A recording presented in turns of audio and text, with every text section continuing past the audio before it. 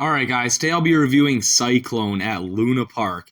This is possibly the most famous coaster in the world. I mean, you ask anyone, oh yeah, what do you think of when you think of a roller coaster? Like, a lot of people, especially older people, will think of this ride.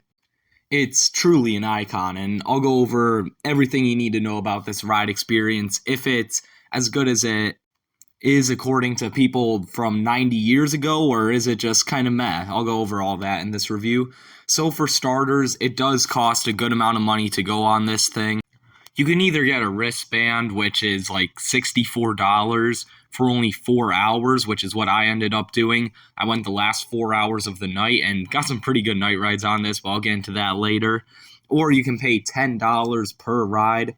So, it's not the worst thing in the world, but it's definitely not good. As far as theming goes, theming does not exist on this thing. It's a very historic ride. It looks nice.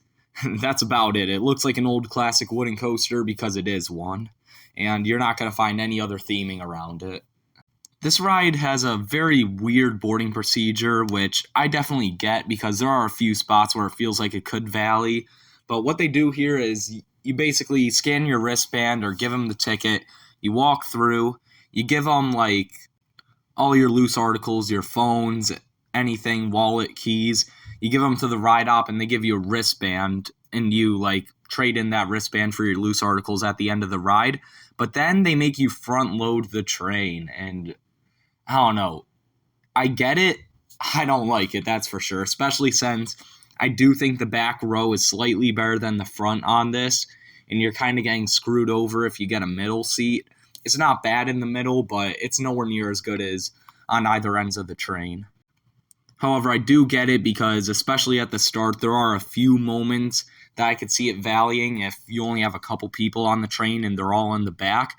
But, like, if the first 6 rows are filled and I want the back row, I should be able to get the back row and not get stuck with row 7. You know, it's kind of annoying like that, but whatever. The trains themselves are actually amazing. These are some of the best trains on any coaster, period. They're nice and padded, so all the laterals and airtime you're getting, you're not going to feel any pain from them. There are actually 3 cars on this thing per train with 4 benches per car, so it's a weird train, but I definitely like it. This is one of the few rides where it does matter which row you are in your car. Like, for example, a ride like Pantheon or Steel Vengeance with only 2 benches per car, it doesn't really matter if you're in row 12 or row 11, but on this it definitely matters if you're in row 9 or row 12. There's definitely a difference. But the best part about these trains are the lap bars, or the lack thereof. It's one lap bar, it's single position, and it rests a good distance from my lap at least. Now, I know I've heard a lot of people say, like, if they're bigger, the lap bar does, like, hit their thighs or their stomach or whatever, and it can be painful. And I guess I could see that if you're bigger, but I don't know. For me, I'm pretty skinny, so I didn't really feel that, but I guess watch out if you're bigger, because I have heard complaints about that from bigger guests. So let's get into this layout. You're going to start by turning to the right, really getting nothing on this. It's just a normal pre-lift. You start up the lift hill, you get a great view of Coney Island, and then you start down the first drop. In the front, you're not really going to get too much, but in the back, you get a great pop of ejector airtime. Not too sustained, but definitely a nice, quick, sharp ejector pop. But now, this is the big element that you want to be in the front for. Like, the back has a couple more elements that are better, but the front, this is where you want to be for this first turnaround. You get absolutely thrown up out of your seat coming into this turnaround, and you get possibly the most violent jolt of laterals I've ever felt if you're in the front going into this turnaround. Oh my God. Like, this thing just completely folded me over. It's absurd what this ride does to you if you're in the front or the back even, but especially on this turnaround in the front, like, brace yourself to get absolutely thrown to the right. However, all the other turns are going to the right, which means you're going to get thrown to the left. So I would place the bigger rider on the left. So yeah, if you're a smaller rider riding on the right, definitely brace yourself for this moment. But it's crazy. I love it. The drop off of this is going to give a good pop of airtime in the back. After this, you're going to head over a floater hill. Nothing too special, but still fun. After this, you're going to go into another one of these turnarounds in the front. You get another decent pop of airtime going into it, and another strong jolt of laterals for everyone. Now, these next two moments are definitely better in the back. You have a great drop off of this turnaround, giving another burst of ejector airtime. And then you hit this next camelback in the front, in the middle, and all that. You get some good floater airtime. It's nothing crazy. But in the back, it almost feels like a mini version of Skyrush's first drop. It really does. It's not quite as good. It's not as intense. But it's something, especially with these restraints. You just go absolutely flying. It's definitely good ejector. It's not sustained at all. Again, it feels like Skyrush's first drop, but on a smaller scale for sure. But after that, you're going to head up into another crazy turnaround, getting crazy laterals the whole time. The drop off of this gives good airtime in the back. The ascent into it gives good airtime in the front. Pretty standard element for this ride, which is pretty crazy. After this, you're going to hit another good sustained floater hill. Nothing too bad about this. It's not the strongest moment of the ride, but it's definitely great. After this, you're going to hit a speed hill. You get kind of somewhere in between floater and ejector. I refuse to say flowjector, so I'm just going to leave it at weak ejector for this hill. After that, you're going to hit another very violent moment of laterals. This is probably the most violent moment of laterals in the back, especially getting pulled through it on the descent.